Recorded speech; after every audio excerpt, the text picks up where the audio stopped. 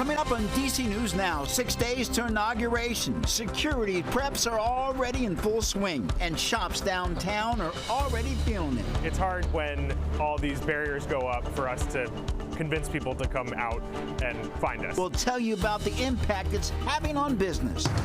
The latest burst of Arctic air is here, but it's about to get even colder tonight. We'll let you know when things will finally start to warm back up.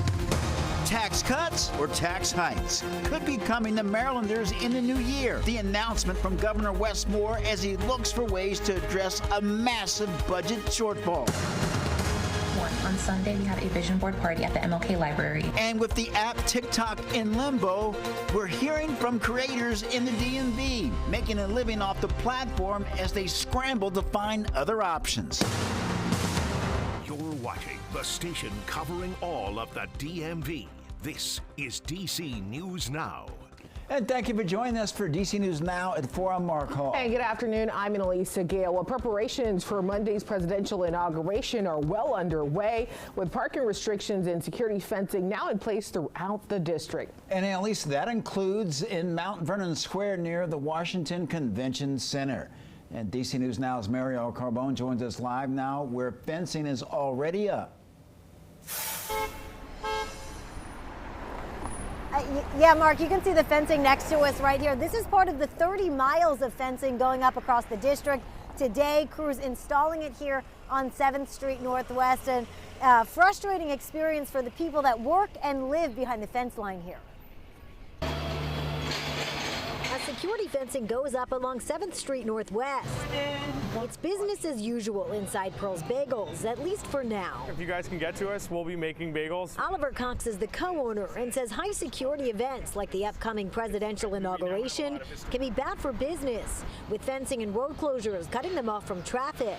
It's hard when all these barriers go up for us to convince people to come out and find us. It honestly kind of looks like we're closed. They're not closed today, but they will close Monday when part of 7th Street is shut down for inaugural events. It's really not worth being open for us when it's going to be that shut down. For residents and businesses. Mayor Muriel Bowser warning that areas around the National Mall, Capitol, Union Station, and the Convention Center will be the most impacted.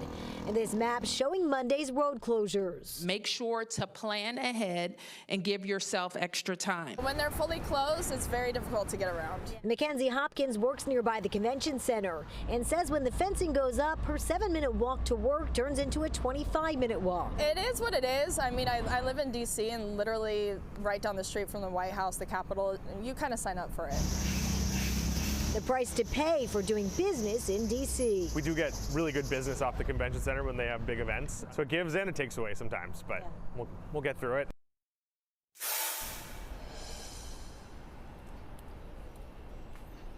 So those road closures, they'll vary throughout the weekend and, of course, on Monday, Inauguration Day. We've got all those details and a map of those closures up on our website. That is dcnewsnow.com. Reporting in Mount Vernon Square today, I'm Marielle Carbone, DC News Now. Marielle, thank you. And we have an update now on the schedule for the inauguration on Saturday. There will be a reception and fireworks display at the Trump National Golf Club in Virginia. Sunday, then, there will be a wreath-laying ceremony at the Tomb of the Unknown Soldier at Arlington National Cemetery, followed by a MAGA victory rally. Trump and Vice President-elect J.D. Vance are also scheduled to be sworn in on Monday at noon. According to the program, country music star Carrie Underwood will sing America the Beautiful. Followed by a parade there. Trump will attend 3 inaugural balls. That map with all the road closures that Marielle mentioned a few moments ago will be posted soon to our website. Meantime, Metro is closing 2 additional stations on Monday. Pentagon Station and Pentagon Transit Center will all have the changes right now on the front page of DCNewsNow.com.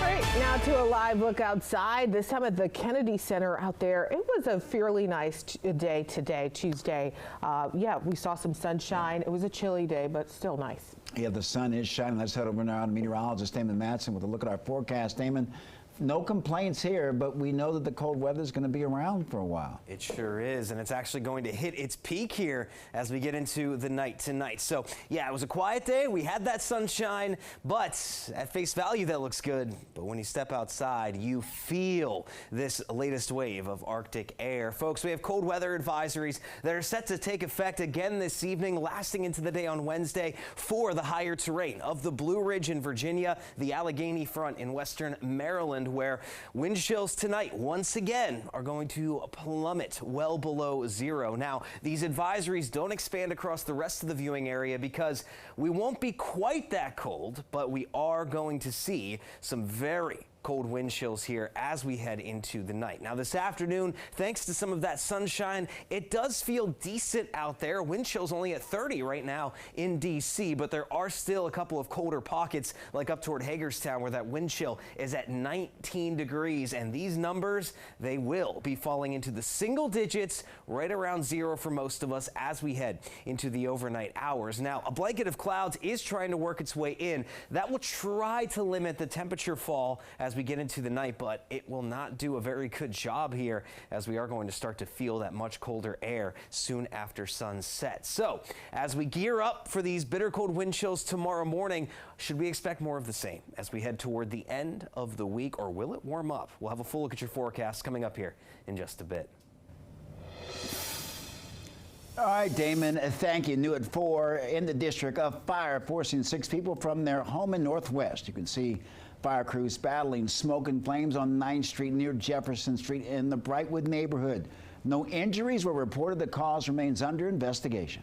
Also, new details on yesterday's deadly shootout in the lobby of a Northeast apartment complex. D.C. police now say 2 of the 3 officers injured have been released from the hospital. Police have identified the suspected shooter as Derek Williams. He died after officers opened fire in the lobby of I-5 Union Market in Noma. Investigators say Williams, who lived in that building, had first fired a gun and then ran into an elevator before returning to the lobby as officers arrived.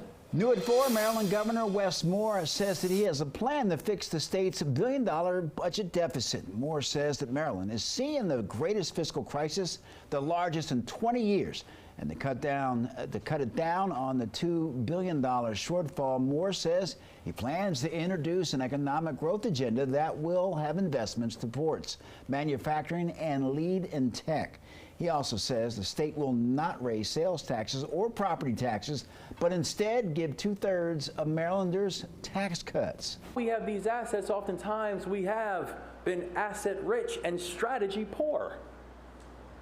We haven't prioritized the areas that need to be prioritized. Well, today that changes. In this moment, that changes. And the work that is happening with so many of you in this room, that is going to be the reason why. Moore says he plans to release his budget tomorrow. Well, a bipartisan group of lawmakers have introduced legislation now to regulate the data center industry in Virginia. A new report showing data centers are driving an unprecedented need for energy in the Commonwealth. One would ensure residents and businesses are not bearing the costs of new energy infrastructure needed to power data centers. Another would require proposed large data centers to be approved by the State Corporation Commission. The SCC would first address the center's cost and environmental factors. If we do not pass HB 2027 or any of the sister bills that are in that you're going to hear from today, we're going to have the unconstrained load demand outcome. We could have rolling blackouts. We could have natural gas plants coming online every 18 months, as asserted by the JLARC report.